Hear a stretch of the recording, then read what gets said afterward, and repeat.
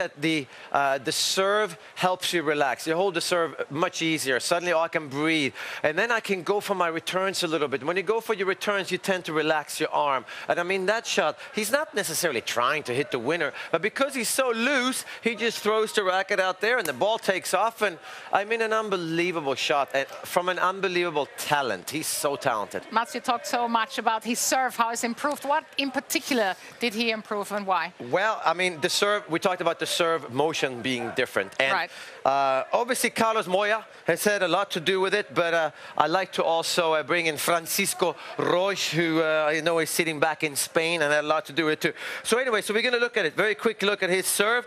And where I'm going to stop it about here. And right here, we can straight away see that he's not bending his knees as much. He comes up much faster. His racket goes faster up to where it is now, and then it goes straight up there. And because of that, he now, in this year's Australian Open, the average first serve speed is 5 kilometers more than last year. That's quite substantial. But the big number here is that he wins 10% more on the first serve when it goes in. That's a huge difference. We go to the next screen. We see that he always liked to serve wide. He serves wide in the deuce court corner, and he's still doing that. 82% of the time he wins the point in the ad court corner. Look at this. He wins 15% more of the points this year when he serves to the ad court corner. So guys that are playing him, he hasn't gone away from the pattern that has worked in the past.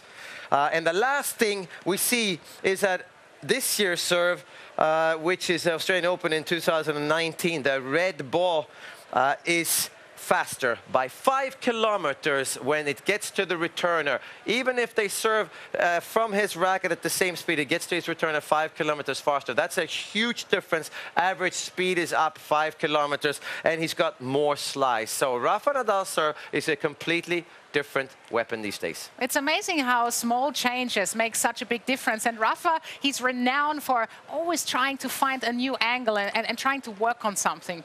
That's what he's saying. I think that somebody, did John McEnroe maybe ask him to show the serve on the Rod Laver Arena? That's and right. He says, no, I don't really want to show the serve, but it's working because I'm getting 3 points. And I think that's all he cares about. So Rafa Nadal is through. He will face Stefanos Tsitsipas. He was on earlier on today, and another smooth performance from the Greek. To be happy. I'm going to ask you about Danielle Collins, because obviously on paper it's like, wow. What kind of opponent is she, and how do you approach a match with her? I know you guys played a couple of weeks ago. How do you, it's a tough match to approach. It is. I think she's playing pretty aggressive with the flat shots. She's really going. I think that she is in the zone. So it's every point she's gonna be there. She, you know, she is American. They have a little bit different mindset. She never give up. And we played in Brisbane. It was over 3 hours. Was very exhausted. And yeah, I hopefully will be a little bit shorter. That's for sure. Petra, it's great to see you back at such a level. Thank you so much. All the best for the rest of the tournaments. So for Danielle Collins, she's playing the tournament of her life here at the Australian Open today. She went through against Nastia Pavlyuchenkova. Certainly one of her biggest victories out there, Danielle Collins. Now, what do you know about her? And before the tournament started, if somebody would have told us probably she's going to be in the semis of this tournament, we wouldn't have believed that person. No, I wouldn't. What do I know? I know that she's made more prize money in this tournament after today than she has in her whole career before. I've seen her play quite a bit, and she's feisty. She never gives up. She's got a great attitude. She moves really well. She has a really good first serve, actually, even though she's not very sort of physically intimidating. She hits it hard on the first serve. She hits her forehand extremely hard, and she's a tough competitor. So I think there is a big surprise in her being there, but I really don't think that she's going to just go away after this. She's going to get to the top of the game. She's very intense out there on the court, which can be extremely intimidating for her opponents. When I watch her, it's like, whoa, I'm glad I actually didn't have to play against her. That's one of her strengths as well, isn't it? That intensity she brings out there. I thought you were going to say she's very intense like I was for a moment. No.